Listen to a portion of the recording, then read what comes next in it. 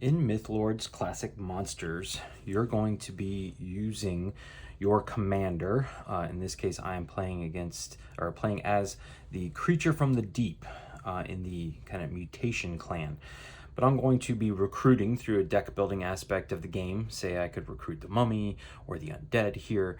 I'll be recruiting monsters throughout the game to add to my sanctum. That's my kind of player board home base area here, and sending them out to these various locations, which are represented by these large green cards, or on specific missions, which are represented by these black cards up here. Missions can only hold one character per faction on them, and only up to 2 characters, period. They're very quick to complete. We'll give you a bonus at the end, but it's very easy for someone to go there and meet you and battle and possibly kick you out of the mission.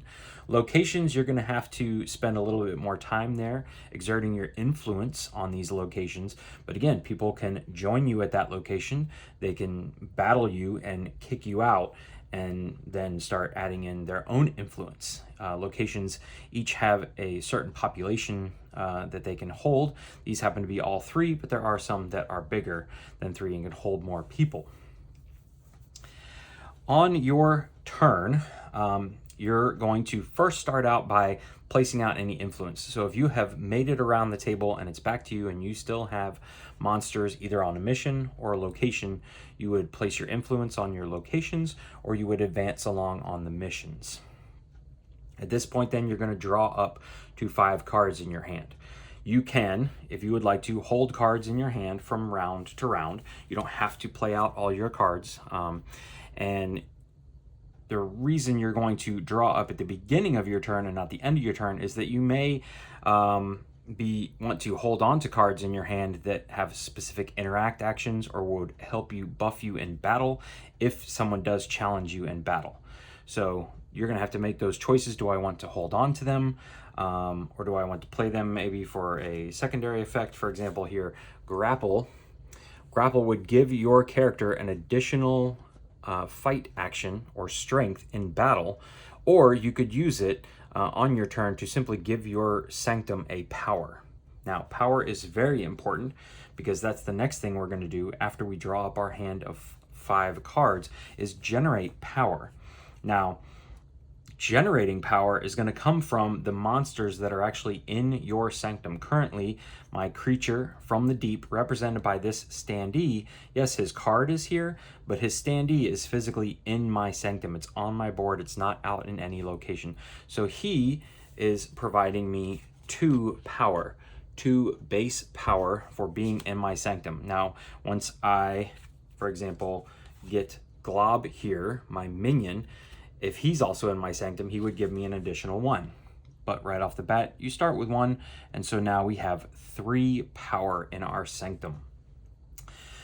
Then you're going to take your 5 cards in hand, and you're going to choose which ones to play and when to play them. So the easiest thing here is your minions and your characters are going to be placed down below your board. I know you can't quite see that, but just know that Glob is going down here on my board, and now I can take its standee and place it into my sanctum as well. He has joined the creature from the deep in my sanctum, and if I choose to leave them there, they will just generate 1 additional power for me at the start of my next turn. And it's free to play Glob down. Then you have all these green cards, which are essentially action cards, and these are the ones that you're going to choose whether or not to play. Some you might hold.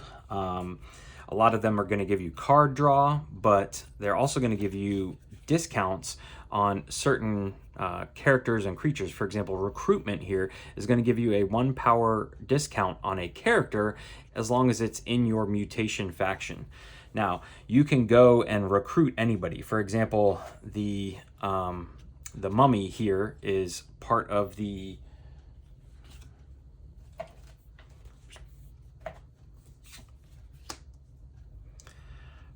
mummy here is part of the supernatural faction with the hand coming out of the grave here. I can recruit the mummy. Just because I am the mutation faction does not mean I can't have the mummy help fight for me. But if there was somebody out here that was a mutation faction, I could actually spend recruitment and get them for 1 cheaper. For example, the blacksmith here allows me to obtain vehicles. We'll talk about those in a second. Grab a weapon allows me to gain a weapon for cheaper. So, like, for example, the mist shield here would be something that I could acquire for 3 power instead of 4. Anytime you purchase a card from the river, it's going to go into your discard pile in standard deck building fashion, and then you're going to immediately place a new card out. In this case, we revealed another weapon, and maybe that was a better weapon. As long as I have the power to spend, and that's represented here on this track, everything you see here, I'm just going to pause real quick, is in prototype. For example, in the actual game, they plan to have these boards be dual layer so that these cubes actually fit into a little slot. And so just keep that in mind as we're watching the video here. So the river gets refreshed, the market row gets refreshed as soon as you purchase a card. And as long as you have power, you can purchase whatever you see fit out here. There's always going to be a stack of undead.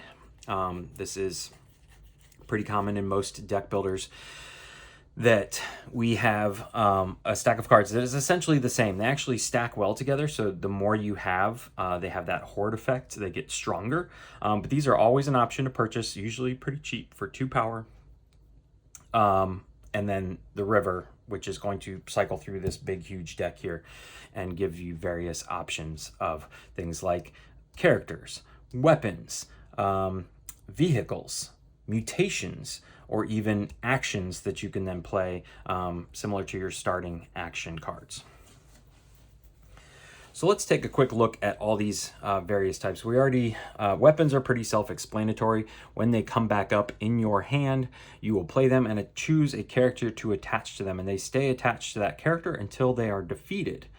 So in this case, I could attach the demonic axe to my creature of the deep, and now he has 9 health. He has an attack power of 4. The weapon doesn't generate any additional power for me in my sanctum, but it also gives me this sword icon. Creature from the deep has already got this magic sigil icon. These are referenced on various cards throughout the game, so having them is usually advantageous. They're also referenced in some of the locations. If you have certain symbol, for example, here in Dr. Frankenstein's lab, to enter this location, they don't want you to have the magic symbol. So all characters without the magic symbol may increase their power pool by 1 in their sanctum upon entering this location. So if the creature from the deep entered there, he actually would not gain power. Frankenstein over here, obviously he doesn't have that symbol. He wants to go to his lab, or actually Frankenstein's monster. Let's go ahead and replace this oh, look, there's another mummy, and that's gonna go get into something else that we'll talk about here in a second. But let's look at these other things here. So here we have another action. This is an interrupt action. It has the little exclamation point here. So you could play this to force an opposing player to discard an action card from their hand or reduce their sanctum power by 2. We're going to talk about why that's important here in just a minute. You could gain access to the riverboat. So there's 2 important things about the riverboat. One is that it gains you access to all sea locations. It's a vehicle, sea, water, boat. All of these are keywords that may be referenced. But I don't have any good examples out right now. But here, for example, is a land and sea location. And here is a land and air location. Here is an air-only location. Let's see if we can find a sea. Here is an air and sea location. So if I want to be able to travel to this location, I either need to travel on a boat, on a riverboat, a vehicle, or have gained a mutation like Demon Wings. You can see Demon Wings grants me access to the air locations. So if I have given my creature from the deep Demon Wings, I can have it fly up to Castle Dracula. If I have given my creature from the deep the riverboat, not only can he travel to any sea location, but he can also carry up to 2 other figures with him as 1 deployment cost. It's a boat. It's a large vehicle, so he could actually take himself and Glob as a single deployment to the same location. This is essentially a kind of area majority game with the locations. So the more characters you have on a specific location, the better off you are to claim that location and gain the victory points listed below. So we talked about pretty much everything out here. We have 2 mummies out here. Now, the thing is that there's only one mummy standee. There can only ever be one mummy in the game. There can be multiple minions. For example, you see here there's a 1 and a 2 glob, and then there's the glob with my mutation symbol on it because he's my starting minion. There can be multiple globs, but there can only be, say, 1 mummy. Now, if, say, Frankenstein had purchased this mummy, would I want to purchase this mummy? Maybe, because I can hold on to the mummy in my hand, and if I actually take out the mummy, kill the mummy, if the Frankenstein's monster has deployed him out somewhere, and I can actually defeat the mummy, I can then play the card and take control of the mummy. I would remove his standee from his black base and place it into my yellow base. So you will see multiple copies of named cards out, but that's because you can actually take control of the mummy. Then Frankenstein's monster would have to wait for it to cycle back in his hand and then go and hunt your mummy down and take him out in the process. After you have played your cards, purchased your cards, remember purchased cards are going to go into your discard pile. It's then time to enter the deployment phase. This is when you get to choose where you want to send your characters in the form of a standee. Your cards are always going to sit down here in your sanctum, the commander on your board, and then everybody else underneath. But your standees represent where they are in the game, whether they're at a location or on a mission. You can make up to 2 deployments during the deployment phase. That means you can send, say, the creature here to anybody can always go to a land location.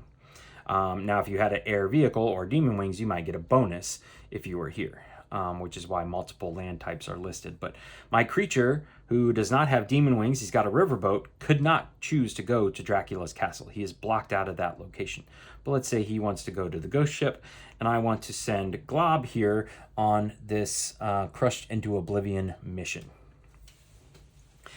I have then deployed my characters. Again, I could have also chosen to send Glob with the creature from the deep on the boat, and that would have been 1 deployment. If I had more character standees in my sanctum, this would have been 1 deployment, and then I could have sent somebody else out as my 2nd deployment. The last thing you can do on your turn is to battle. Now, at this point, there is no one else to battle with. We'll get back to that in a second, but that's where you go head-to-head with the other monsters of various opposing factions, and you try and kick them out of locations or kick them out of missions, allowing you to stake your claim and claim that area or the mission to gain those points. At the end of your turn, remember, you don't draw back up, but one thing you can do is any cards that you have played this turn, you can actually cull from your deck at the end of your turn. This is not a card you have to draw that allows you to destroy cards in the game. Destroy, I mean put them back in the box.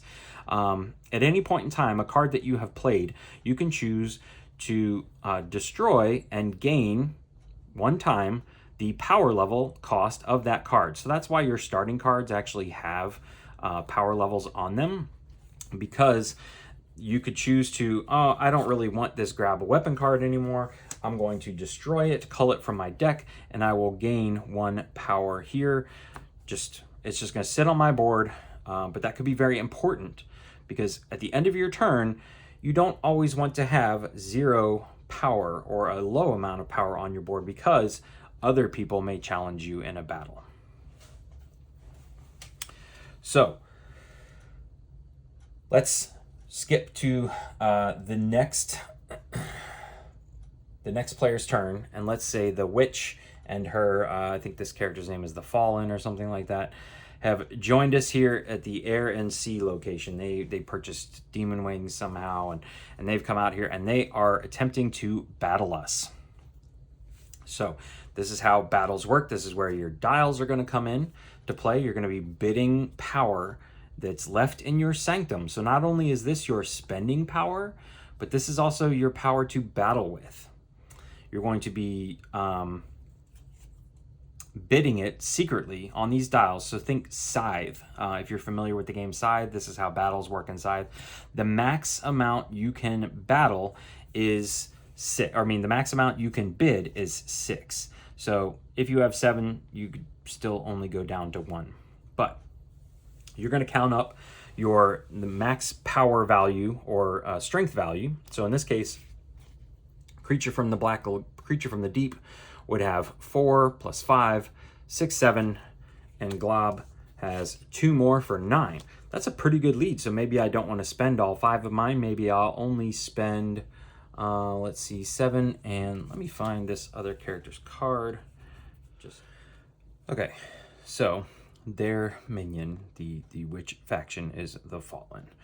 So you can see here that they are going to be bringing 2 power into the fight and 3 health. So I'm just going to place this over here, pretend that they have that card in their sanctum. Now, the reason that I wanted to know how much health the Fallen had is because battling, whoever wins the battle, whoever ends up producing more power or spending more power, is going to kick the other faction out and be able to place an influence on the location. So that's an influence you gain outside of being there at the beginning of your turn. But that power damage also has to be soaked up by either the characters at the location, or people can shield their characters by spending up to a certain amount of their sanctum's health, which is this blue track right here. If at any point your sanctum is ever damaged to the point that it goes up to 0, you have to place a black marker here, essentially cutting off the bottom 3 points of your power track. So the most you could gain is 7. If you get damaged again, the most you could then gain is 5. And if you were to get damaged again a third time, you would be kicked out of the game, essentially. But in this case, I have kind of done the mental math. I'm pretty sure that they only bringing 6 power in and only have 3 power to spend for a total of 9. I already have 9, so I'm only going to spend 1. Now, they could have some interrupt cards. They could have some actions that can be played during battle that could change this. But for right now, they're going to say spend 3. Maybe they think I'm not going to spend any. We would make our bids, place our tokens down like that, and then we would reveal. At this point, then, you would take into account any cards that are played, but you count up your total power. We know for me it is 10 if I include what I bid out of my power here. So I would reduce my power there. We know they spent all of theirs, so they would reduce all of theirs, but I was victorious. I put 10 total power into the battle. They put 9 total power into the battle. So they're getting kicked out, first of all. First things first, and I get to place an influence on this location. But now both of us need to take the damage that was inflicted. So these guys, unfortunately, we have the Wicked Witch and we have the Fallen. Both of those are 10. That's why I did the mental math. So unless they had some kind of card, because they can't soak up 7 damage in their sanctum, these two guys both would go to the discard pile, and I would gain the victory points listed down here. So this would be a 3 and a 1, so I would jump up to 4. But on the same token, they did 9 damage to me. So they maybe thought, maybe I'm not going to win this battle, but I'm still going to get some victory points.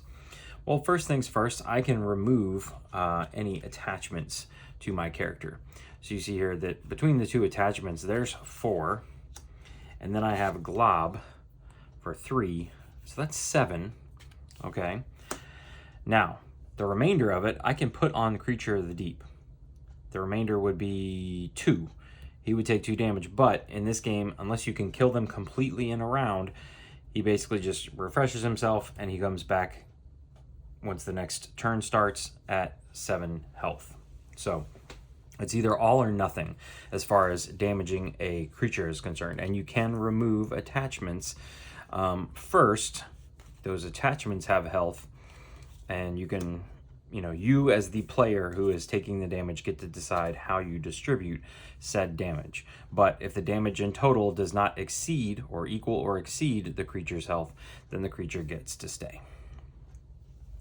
At this point, my turn would be over. Their turn would be over. They'd be passing essentially at this point. And that's it. That's how you essentially play MythLords. And this is, again, Classic Monsters.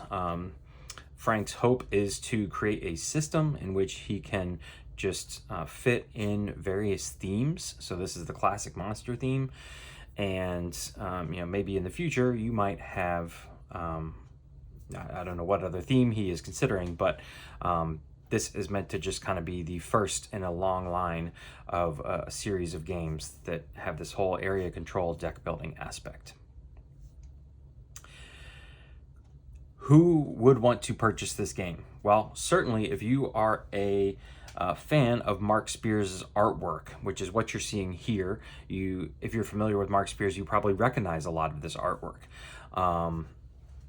This is definitely one you would want to pick up because this is definitely the art style for you. For some people, they may not like, this is a little more PG, there's a few more items that I could show off as part of this preview video. They will be introducing neoprene player mats. If you are interested in those, they will be specific to the faction. So it's just like your player board is specific to your faction, the neoprene mat. So this is the Vampires faction neoprene mat, but it does give you plenty of space to place your miniatures on, have your draw pile here, discard pile, and space to place well, these aren't characters, but let's just pretend these are characters and this is your commander. So there's space for everything here. These are essentially the same size as the player boards, but give you that nice neoprene feel if you are a fan of neoprene like myself. And also, they will be offering the Dark Oz expansion. So I have this here that we can take a look at. This one looks like a lot of fun. It comes with some additional tokens. It comes with some additional locations. So we have the Yellow Brick Road, Winky Country, Emerald City, and Munchkin Land.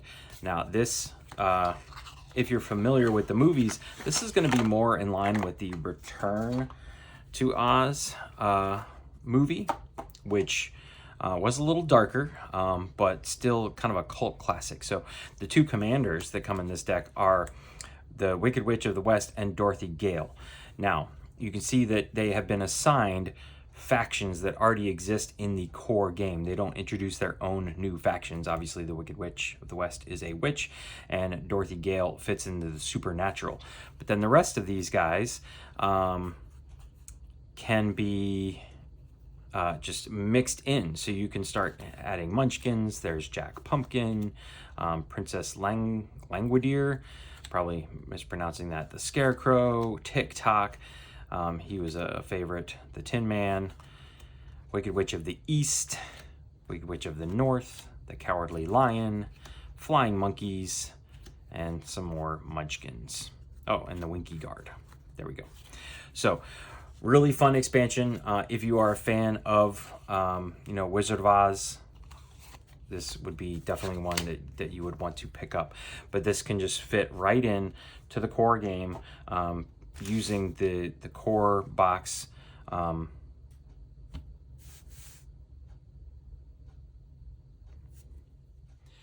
So in the end, who would I recommend this game to?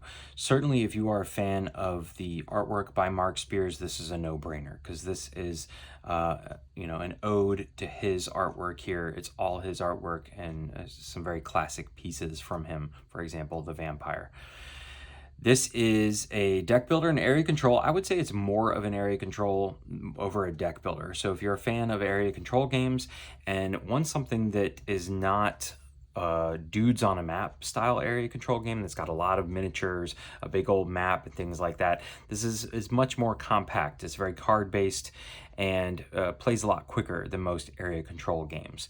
It does have that deck building aspect, but a lot of times the cards that you purchase end up being static in your sanctum, meaning that you play them and then you don't have to discard them. They stay out. And so you're really kind of building up your crew, per se, more than your deck that you're going to be shuffling through every time. But this is definitely something new and unique. You don't see a lot of area control deck builder combinations. I can't think of any at the moment. So if any of those are something that would be interesting to you, certainly check this one out. Back it on BackerKit. And other than that, thanks for watching. If you have any questions, feel free to leave a comment in the section below. If I can't answer it, I'll reach out to Frank and see if he can help answer it for you. Other than that, once again, thanks for watching. Have a great day.